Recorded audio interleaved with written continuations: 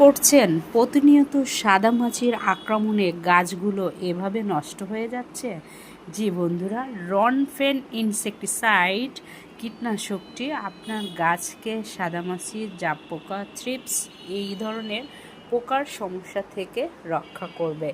এর সাথে ব্যবহার করবেন হচ্ছে জাম ইনসেক্টিসাইড। দুটো মিক্স করে আপনার বেগুন গাছ হোক, মরিচ গাছ হোক, টমেটো গাছ হোক, পটল গাছ যেটাই হোক না কেন, আপনার সাদামাছির আক্রমণ যদি থেকে থাকে তাহলে এই ডোজটি মেনটেন করুন। একবার আপনি প্রজেক্টে ব্যবহার করলে আলহামদুলিল্লাহ আপনার সাদামাছির যে সমস্যাটি এটি থাকবে না। এটা ডোজ হচ্ছে রনফেন প্রতি লিটার জলে 1.5 গ্রাম, আর হচ্ছে আপনার জাম পাউডার হচ্ছে একটা পাতা দিয়ে 16 থেকে 18 লিটার পর্যন্ত।